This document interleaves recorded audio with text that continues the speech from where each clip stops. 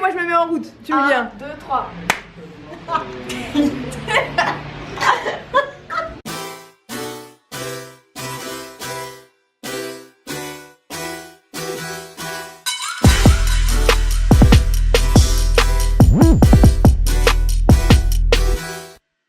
Bonjour, je suis Nathalie. Je vais bientôt avoir 50 ans. Je suis mère de 2 enfants. Je m'adresse à vous, chrétiens, non chrétiens. Et je suis aussi grand-mère de 2 petits-enfants. Je vous présente Ornélia. Amen. Alors moi c'est Ornélia, 18 ans. Et donc on va vous parler de ce qu'est le service de Dieu, mais en famille. Et là, ça parle du missionnaire. Donc nous on a reçu cet appel il y a très longtemps, en tout cas pour ma part ça fait 18 ans du coup. Amen. Que je suis en Christ, et non pas par religion, non pas pour suivre ma mère, mais pour le suivre lui seul. Amen. Et il nous a envoyés déjà dans plusieurs endroits. Donc nous on a œuvré en Poitou-Charentes, notre région natale. Ensuite il nous a envoyés au Béarn, donc dans le sud-ouest de la France. Et puis est venue la Provence, Alpes-Côte d'Azur. Après il nous a fait retourner dans le Poitou-Charentes pour ensuite être là à Paris. Et là, c'est une grande aventure. Paris, c'était pas gagné, parce que c'est vraiment pas l'endroit de mes rêves, mais le Seigneur nous voulait vraiment ici. Amen. Moi, je vivais au calme, dans ma campagne, avec les vaches, les moutons. J'étais très bien dans mes prairies. Il y avait du bio, il y avait tout, c'était génial. Ah, mais le Seigneur m'a dit, tu vas quitter ton confort, ma fille. N'est-ce pas, Ornélia? Et là, je me suis adressée à ma fille. Avant ça, le Seigneur me dit, tu vas prendre un papier, un crayon, tu vas essayer de t'asseoir. Mais je n'y arrivais pas, jusqu'à temps que je n'avais pas pris ce papier et ce crayon. Pourquoi? Il me dit, tu vas écrire tel Habacuc. J'ai dit, ok Seigneur. Et là, il commence à me livrer ma vie, celle de ma fille, de mes parents et de mon fils. Ensuite, je me dirige vers la chambre, je vais voir ma fille. Et là, grosse surprise, elle me dit, ma fille, notre vie ici est morte à Poitiers. Donc on était dans la ville de Poitiers, il faut aller à Paris. C'est sur ordre du Seigneur. Je me suis effondrée totalement parce que on a la famille en Poitou-Charentes. On avait les amis, moi j'ai œuvré dans le milieu culturel, maman elle a œuvré de son côté, on a servi toutes les deux à part mais en même temps dans l'unité familiale. Amen. Parce que c'est complètement possible. Ouais. Et là ça a été comme un brisement pour moi. Mais j'ai accepté parce que Dieu m'a fortifiée, ça n'a vraiment pas été simple, mais en tant qu'instrument consacré pour la gloire de Dieu, elle a dit oui pour respecter la parole qui dit honore ton père et ta mère, donc ma maman, mon papa, j'ai dit oui aussi. Amen. Et j'ai été fortement bénie, et maman Alléluia. aussi par la suite de ce déménagement. Amen. Mais alors moi ça a été le lendemain où j'ai appris cette nouvelle en fait. Et j'avais mes meilleurs amis qui m'ont carrément appelé le lendemain. Et Dieu m'a dit, je vais te bénir ma fille très prochainement. Mais je ne savais pas que le très prochainement c'était le tout de suite en fait. Mes meilleurs amis m'ont appelé et ils m'ont dit qu'ils allaient déménager à Paris en même temps que nous. C'est ça. C'était vraiment improbable, mais à Dieu, rien n'est impossible. La preuve, Ornélia faisait de la danse africaine. Ornélia travaillait dans l'événementiel. Elle faisait énormément de choses au service du monde. Mais elle impactait ce monde dans ses milieux culturels, dans ses milieux artistiques. Amen. Elle a vraiment impacté des milieux de festivaliers. Des milieux que personne, hélas, ne cherche à impacter. Seulement, ce sont des milieux qu'il ne faut pas négliger. Ce sont des milieux qu'il ne faut pas oublier. Beaucoup de festivals ont lieu dans des régions reculées, comme la Bretagne, ou même d'autres régions. Mais en tout cas, pour Paris, On y est. On y est et nous assumons pleinement avec joie ce que le Seigneur a voulu pour nous. Ornéla me disait toujours, maman, oh là là, tu pourras jamais t'y faire là-bas, c'est une vie. Moi, j'y ai passé du temps, j'ai évangélisé pour H24. C'est dur, à l'âge que tu as, tu pourras jamais. Je fais, ah ouais, tu crois? Mais j'aime les défis. Et du coup, je lui dis, ah ouais. Et ben, ça m'étonnerait que mon Dieu, il m'envoie comme ça, par hasard, en pensant que je pourrais pas. Parce que tout ce que Dieu nous demande, il le sait, c'est toujours avec les choses qu'on peut faire. Du coup, je sentais que j'étais armée. En tout cas, on peut faire maintenant les métros. Donc voilà, dans le ministère de H24 pour Jésus avec le pasteur Semayas qu'on salue également au passage. Et surtout, c'est de se dire que Dieu nous a vraiment bénis à la suite de ce oui qu'on lui a accordé. Parce que je sais que maman a rêvé de faire de la colocation depuis longtemps. Ça peut paraître un rêve fou, mais voilà, en Christ, rien n'est impossible. Amen. Et on a eu cette coloc.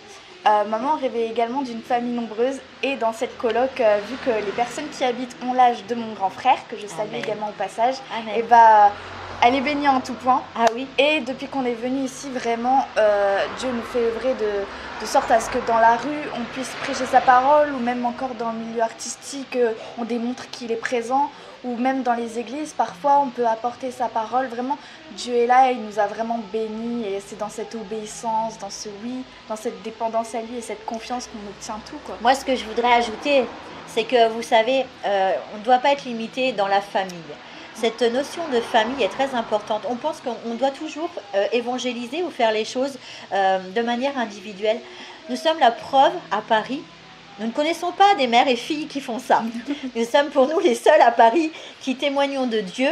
J'espère que nous pourrons être un témoignage pour que d'autres mères et enfants puissent exercer ce même témoignage. Parce que la volonté de Dieu, c'est aussi vraiment d'emmener la famille dans cette dimension. Pas uniquement un être, un autre être. Non, le corps de Christ, pardon, c'est vraiment la famille. La famille dans le sens large, comme dans le sens vraiment de l'unité familiale à proprement dit.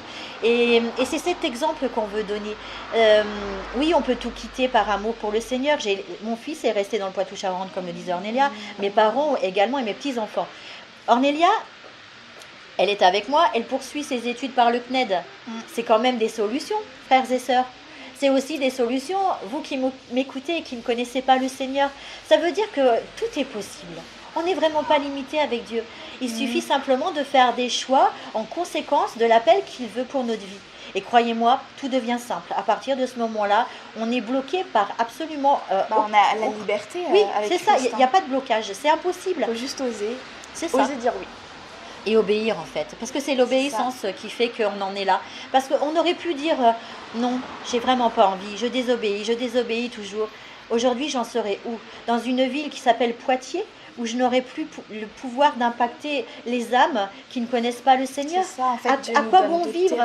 Ça me servirait à quoi de rester dans une ville pour mon propre confort alors que je ne sers à rien? Je ne sers à rien. Je suis née pour impacter. Tu es né pour impacter.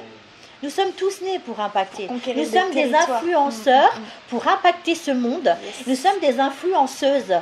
Il faut qu'on se réveille. On est dans une dimension du réveil. Aujourd'hui, le réveil, frères, sœurs, vous qui m'écoutez, qui ne connaissez pas le Seigneur, ce réveil nous amène à rentrer dans des sphères que certaines personnes n'oseront jamais toucher. Je peux vous parler des sphères comme par exemple des expositions photos.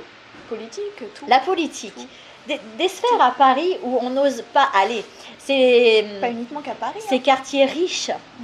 Pourquoi les riches ne pourraient pas connaître le Seigneur? Mais bien sûr qu'ils ont le droit de connaître le Seigneur. Il faut oser. Il faut aller, pas forcément là où il y a des SDF. Tout le monde va là où il y a des SDF. Alléluia pour ça. Gloire à Dieu.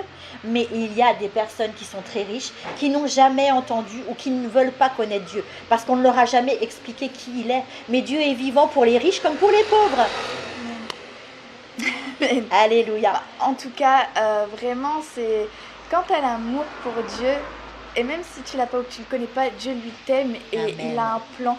Il faut se dire, chrétien ou pas, que si lui a une vision pour ta vie, ne t'inquiète pas de ce qui s'ensuit derrière, il a déjà la provision. Amen. Ne te dis pas comment comme un incrédule, parce que l'humain est comme ça. Pourquoi? Comment? Dans la parole, Dieu dit, c'est moi qui. À partir de là, il n'y a plus à réfléchir à part obéir.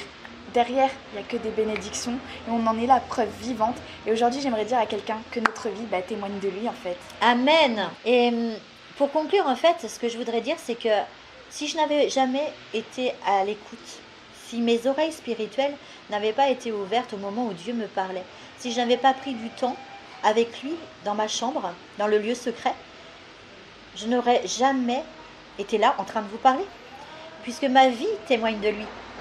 La seule chose que je peux dire, c'est que obéissez, mais d'abord apprenez à l'écouter. Amen. Dans le lieu secret, fléchissez vos genoux, rapprochez-vous de sa face, passez du temps en sa présence. Je vous assure qu'il agira, parce qu'il vous aime, parce qu'il veut vous sauver. C'est son but. Il est le créateur de toutes choses. Il est le créateur de votre vie et il veut vous sauver. C'est ça surtout.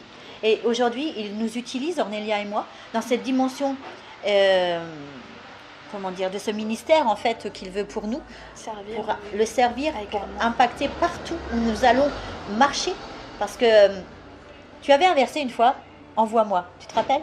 Oui. Qui enverrai-je? Me voici, envoie-moi. Voilà, j'aime beaucoup. Tu peux le répéter s'il te plaît plus fort? Qui enverrai-je? Me voici, envoie-moi. Et ça, c'est vraiment fait pour nous. C'est vraiment un verset qui est sur notre cœur.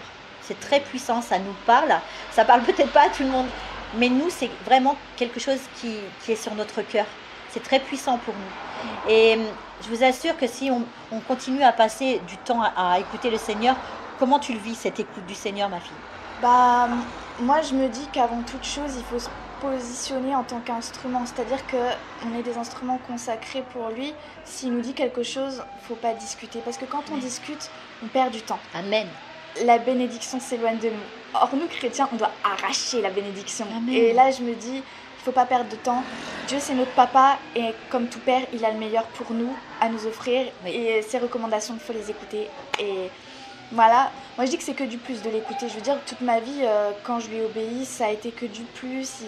Il nous a formés, il nous a appris. Même nous, on a appris à se découvrir comme ça, oui. Mère-fille. Oui. Même notre famille revient à Christ parce que justement, il voit les fruits de notre obéissance, comment notre vie se passe malgré qu'on n'est plus avec eux. Notre famille est attirée par la vie en Christ à cause de cette obéissance. Et c'est ça le plus fou, c'est que peut-être qu'on ne dit pas Jésus, Jésus, Jésus à notre famille, mais en tout cas, Dieu a disposé leur cœur de manière à ce qu'ils voient notre amour pour lui et comme on a envie d'œuvrer pour lui. Et ça les intrigue. Et je pense que c'est... Gloire à Dieu. Amen. Ok. Sa grâce est tout pour nous. Yes. Sa grâce nous suffit.